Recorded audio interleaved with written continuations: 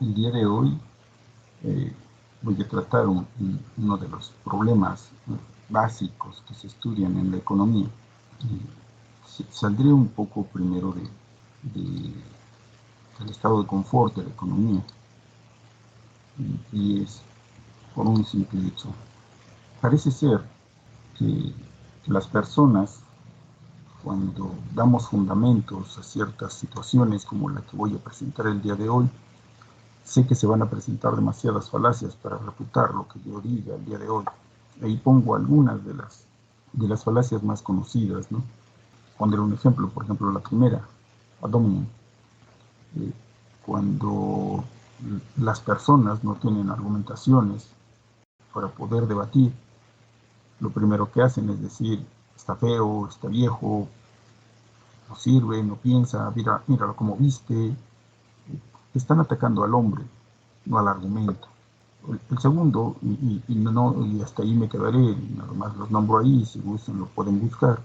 El segundo es a la autoridad. Mando yo soy mayor, yo soy el padre, yo soy el jefe, yo soy el que manda, yo soy el juez, yo soy el abogado.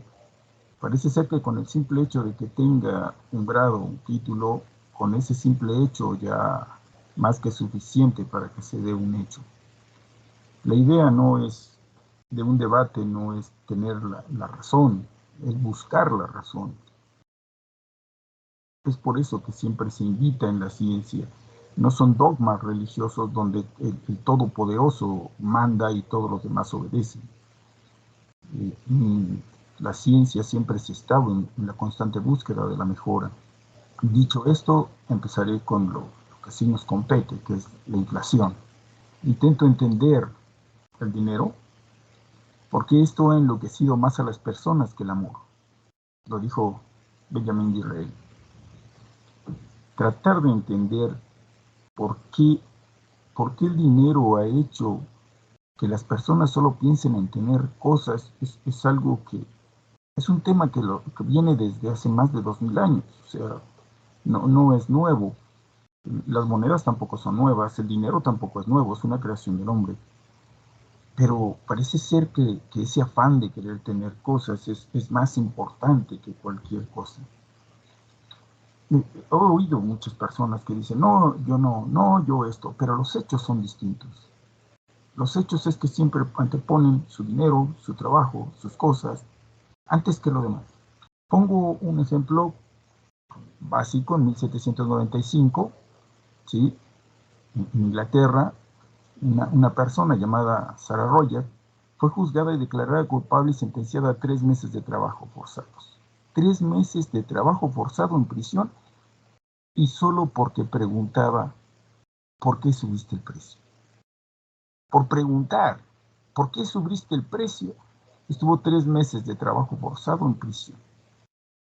En 1795.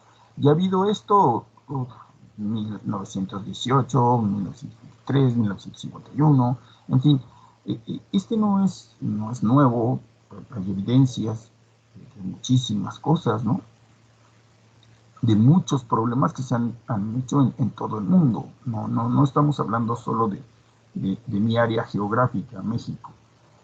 Han habido conflictos en muchas partes del mundo.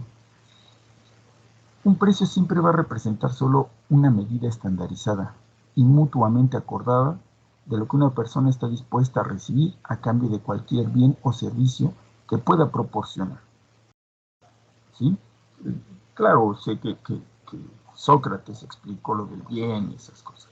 Aquí pongo algunas cosas rápido. Deflación, pues la baja de los precios; inflación, la subida; la hiperinflación, una subida muy rápida y muy alta; la estanflación es mantenida en largo plazo; la histeresis es algo de Sir James Alfred Lewis, que es un rollo interesante, pero que no me compete. Solo lo pongo porque los que quieran profundizar en esto lo pueden hacer, igual que aquí pongo unas definiciones que bien pueden darle pausa en el video y ver dichas definiciones.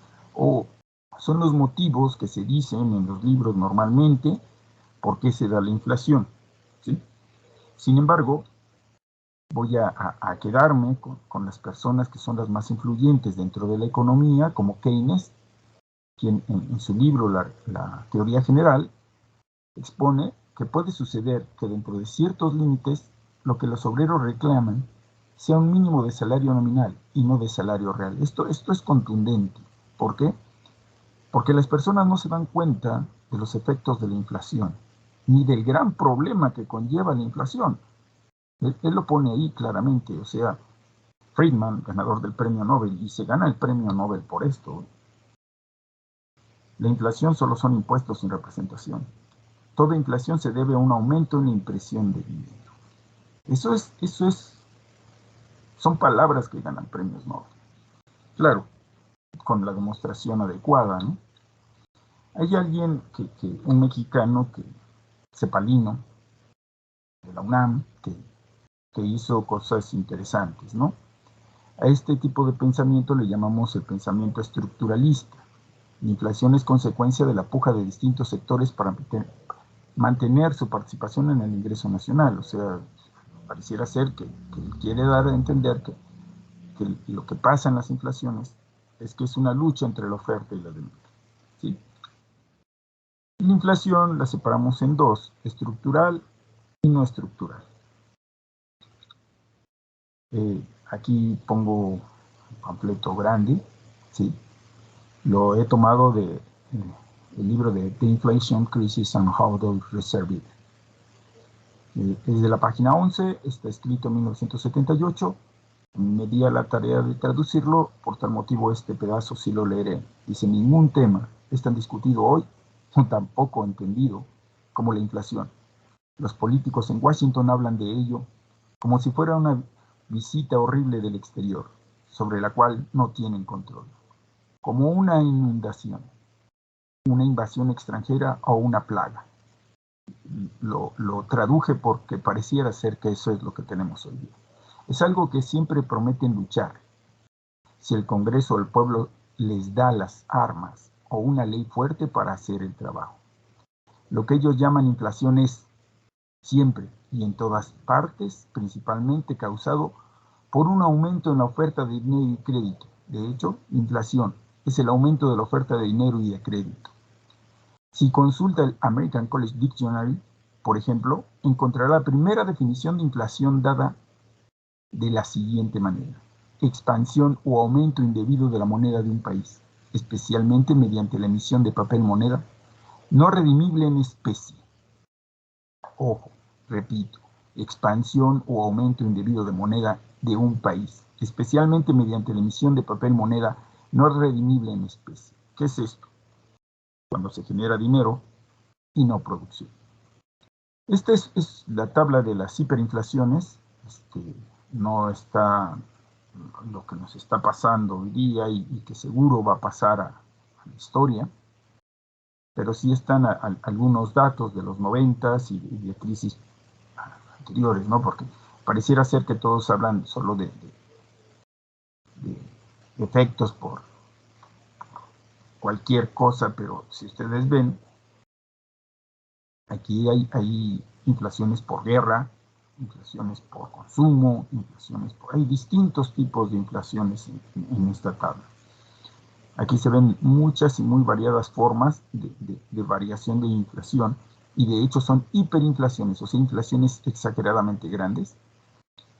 El tiempo requerido por precio para duplicarse, por ejemplo, en la primera, en 15 horas se duplicaban los precios. O sea, si algo valía 10 pesos, después valía 20. En la segunda, en 24 horas. En la siguiente, en 1.4 días. Y así se va yendo, ¿no? La que se ve en la tabla que se tardaban más en duplicar los precios fue 17 días. Entonces, ha habido problemas graves. Esta es porque hay que cuidar las variables, ¿sí? Hay que cuidar quién con quién va y cómo y dónde va. Las variaciones, siempre será ese símbolo el que nos va a dar las variaciones, y la repartición de las cosas es importante en esto. Una relación de precios, o sea, los precios relativos, es nada más como nosotros comparamos un precio con otro precio, y dado eso hay intercambios, o sea, hay una relación de precios. Voy a tratar de darme a entender en eso. Hay una impresora a mi lado que tiene un costo aproximado de unos 4,000 pesos. y un libro al otro lado que tiene un costo aproximado de 500. Entonces, nosotros podemos comparar la impresora con los libros, y esto significará que 8 libros son igual a una impresora. Eso es a lo que me refiero con la relación de los precios, o los precios relativos, la relación que se tiene uno con otro, ¿sí? Y la flexibilidad de los precios no es otra cosa que la habilidad que tienen los precios para responder ante el mercado. O sea, el mercado es cierto que, como lo dicen los estructuralistas, puede ser que haya un excedente o un faltante de demanda. Nuestro caso es que medimos en México la inflación con el Índice Nacional de Precios al Consumidor, donde están 283 artículos, se mide ya por el objeto del gasto, ahora se mide por consumo final por finalidades, se mide quincenal, mensual, anual, anualizada, acumulada al año o promedio del año. Hay distintas formas de medir la inflación. Sé que esto le causa a otras áreas problemas. Algún día tuve una discusión con una contadora porque alegaba y decía que la inflación, porque así lo marcan la NIF, era mensual, que no podía ser quincenal. Sin embargo, sí se levantan estadísticas quincenales. Tiene alrededor de 83.500 precios ahí. Se levantan 46 localidades, todas son ciudades, no existen poblados. Abarcan 283 conceptos genéricos, ¿sí?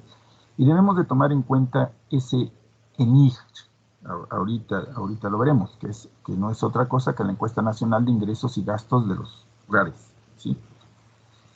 Aquí hay algunas cosas sobre la inflación que viene dentro del Código Fiscal de la Federación,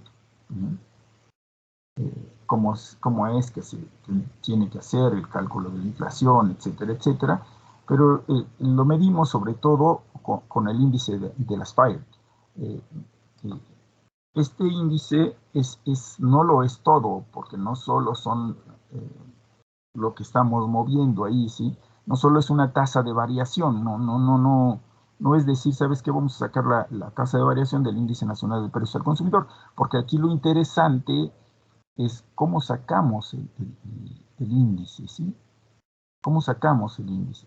Cuando hacemos, ahí pongo un ejemplo numérico, como dije, algún día me dedicaría a explicar más la parte numérica, pero sí, no me interesa tanto la parte numérica si la parte conceptual no se conoce. Primero, lo más importante es entender los conceptos. Después, dominando los conceptos, la matemática será mucho más fácil. Aquí hay una clasificación del Índice Nacional de Precios al Consumidor por objeto del gasto. Ahí debajo pongo mi fuente, que es PANSICO. Aquí pongo una por componente de gasto, como lo decía, ¿no? Ahí se ve un detalle interesante. Hace rato decía que estaba la inflación separada en subyacente y no subyacente, ¿vale? Y decía que no olvidáramos la Encuesta Nacional de Ingresos y Gastos de los Hogares. ¿Por qué? Porque por la encuesta que se hace de ingresos y gastos se puede saber, cuando hay variaciones en los precios de ciertos objetos, qué porcentaje, dada una media ponderada, le vamos a dar a cada una de estas cosas. O sea, las mercancías, como ahí se ve en la gráfica, le vamos a dar un porcentaje del 34.54%, a los servicios un 42.22%. Eso nos va a dar un total del 76.74% del ingreso que, según las encuestas, dedicamos a eso. Por tanto, la inflación va a ser representada solo el 74% por los precios y los movimientos de los precios de las mercancías. No así la no subyacente, que se supone, es un supuesto poderoso, que no es tan relevante porque los precios son más volátiles, pero al ser más volátiles se acoplan más rápidamente, como los precios agrícolas, ¿sí? Por eso a los precios agrícolas solo se le da el 8.42%. Pero aquí empieza algo interesante. Es una pequeña trampa, porque en los no subyacentes están todas las tarifas autorizadas por el gobierno. Y que si mueves los gastos del gobierno, si mueves los gastos en energía, si mueves cualquiera de las cosas que mueve el gobierno, solo se verá un 14.78% el efecto dentro de la inflación. O sea, si aumenta 100% los energéticos o las tarifas autorizadas por el gobierno, la inflación solo verá el 14.78, no el 100%. Eso me ayuda, como puse aquí, inflación subyacente y no subyacente. Antes, entiendo que existe el problema de los contenedores, que debido precisamente a la pandemia, no tenemos el movimiento de las mercancías adecuadamente, el hecho de que no lleguen las mercancías al lugar adecuado. Entonces hay una faltante de mercancías y un excedente de dinero. Volvemos a ese excedente de dinero. Como hay este faltante de mercancías con el excedente de dinero, pues obviamente tenemos una inflación. También entiendo el proceso triste que estamos viviendo en la guerra de Ucrania y Rusia, que todo lo que ellos producen y todo lo que ellos consumen hacen alteraciones en el mercado de tal forma que esas mercancías vuelven a hacer ese efecto. O sea, no es solo que se exceda de dinero, sino también que falten de mercancías. A final de cuentas, este es el efecto que se da. Esta es la inflación en México. Ahí está desde 1969 hasta diciembre del año pasado. Todavía no tenemos los datos del primer trimestre de este año. ¿Por qué? Porque no lo hemos cursado. Pero ahí está la inflación y se ven los efectos claros que hemos tenido, ¿no? Como ven, las pendientes más altas son en la crisis del 95 y en este momento. Pero este es un detalle interesante. La subyacente está acá se ve. La subyacente son las mercancías y los servicios, y la no subyacente, la gran cantidad es provocada por el gobierno. ¿Sí? La inflación, aquí está la inflación. Aquí se ve como la no subyacente, desde el 2018, no estamos hablando de ahorita, desde el 2018 rompió con lo que ya se tenía trabajado después de la crisis de los 80, porque en la crisis de los 90 provocó esto. Sí provocó que se acercaran, pero no provocó esto. ¿Qué es? En este caso, la inflación no subyacente es superior a la subyacente. ¿Cómo? ¿Qué me da a entender esto? Separé ahí la inflación en subyacente y no subyacente para dar a entender que esta vez la inflación no es por mercancías, que claro, que la no subyacente estamos de acuerdo que es por el gobierno. Ahí se ve claramente con datos del mismo gobierno que la inflación desde el 2018 no subyacente es la que está jalando más que la inflación subyacente. Obviamente que hay inflación subyacente, sí están subiendo los precios, pero de pilón están siendo jalados todavía más por los errores gubernamentales. Eso es lo que se demuestra. Como tenemos aquí desde el 2018 los efectos de que, vamos, la no subyacente está jalando aún más. ¿A qué se debe esto? Bueno, ahí se ve la M1. ¿Qué es la M1? El dinero circulante. ¿Qué es el dinero circulante? Bueno, pues el dinero que hay entre las manos de las personas, billetes, monedas, cheques al portador, tarjetas de débito, qué sé yo. Pero aquí tenemos un detalle interesante. Esa línea no me gustó, además. Está bien que sea, pero como digo, las evidencias son las que deben de mandar. Aquí si checo bien, es más o menos por aquí. Entonces esta línea es un poco más acostada. Es aquí. Ahora sí. ¿Qué es esto? Las primeras líneas, como se ve, son otros gobernantes. Y la línea roja es de este gobierno. ¿Qué está pasando? Hay mucho más dinero circulando que el que había. ¿Cómo? Sí, o sea, sacamos más dinero, al sacar más dinero por medio de becas, ayudas a ancianos y demás, pero no producción. ¿Cómo no producción? Sí, aquí se ve la recaudación de impuestos. Del 2018 en adelante es de la línea roja en adelante. Que dicen que ahora recaudan más impuestos, que ahora se hacen pagar a la gente, que no sé qué. Ahí se ve claramente que eso es mentira. Esta es la producción. Y antes de que me digan es que tiene problema del COVID y demás, entre las dos líneas separé todos los datos que hay de aquí en adelante, antes, ya estando en este gobierno y antes de efectos de COVID y efectos de contenedores, efectos de guerra, etcétera, etcétera. Y se puede ver que obviamente ya estábamos decayendo.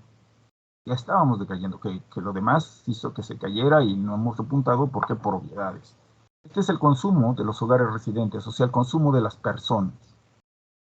Iba creciendo de una forma un poco sostenida y obviamente se comenzó a caer. ¿De partir de cuándo? Del 2018, no estamos hablando de hoy.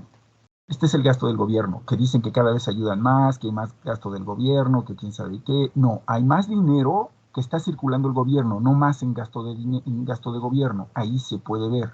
Y eso se da a partir del 2018.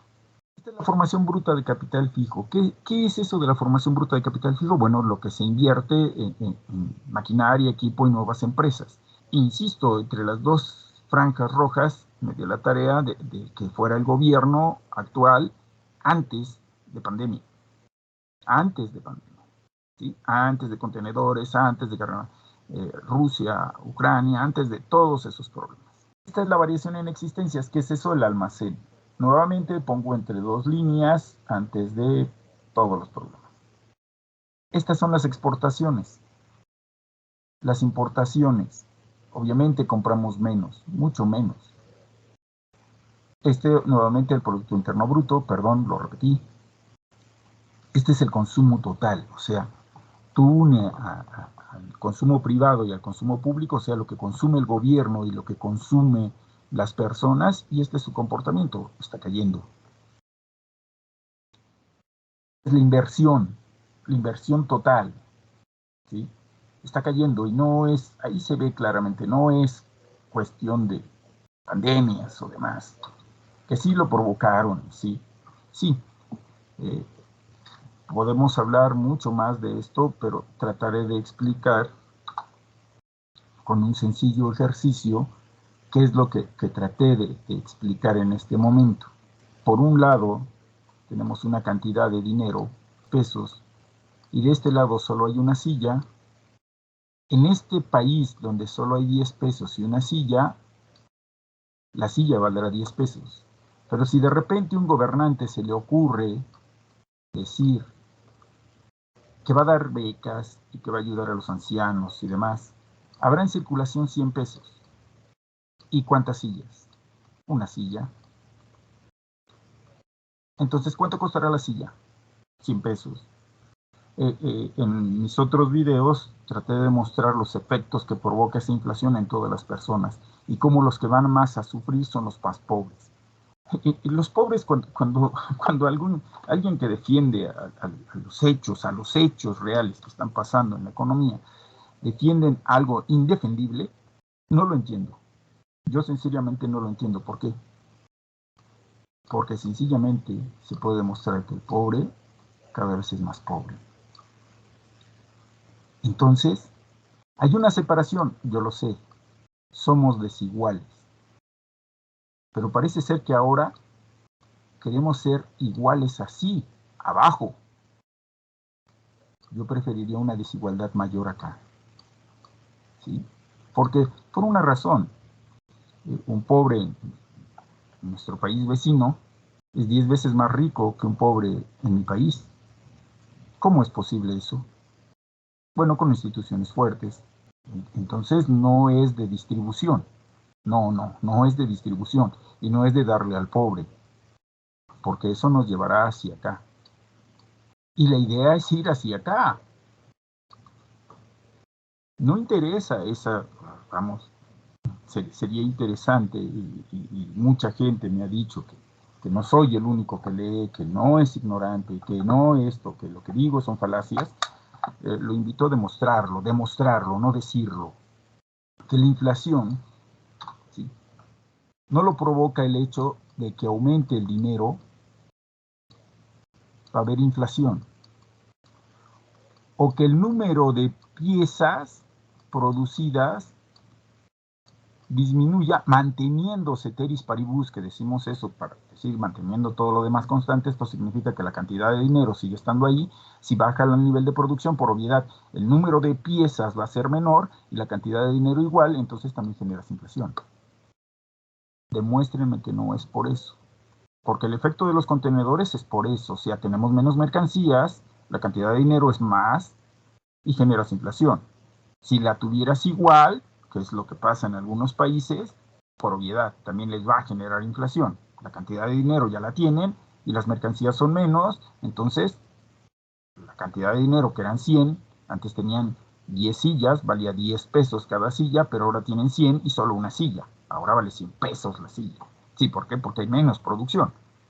Pero en este caso tenemos los dos. Tenemos menos mercancías y más dinero. Uno provocado por el gobierno, la no subyacente, y la otra por el mercado. Pero a final de cuentas es un proceso de dinero, de cantidad de dinero, ¿sí? Y los invito, sinceramente, a todos esos detractores o a todas esas personas que dicen que no es cierto, que yo nada más estoy en contra del gobierno, a que refuten, porque estas son palabras de estos pensadores, ¿sí?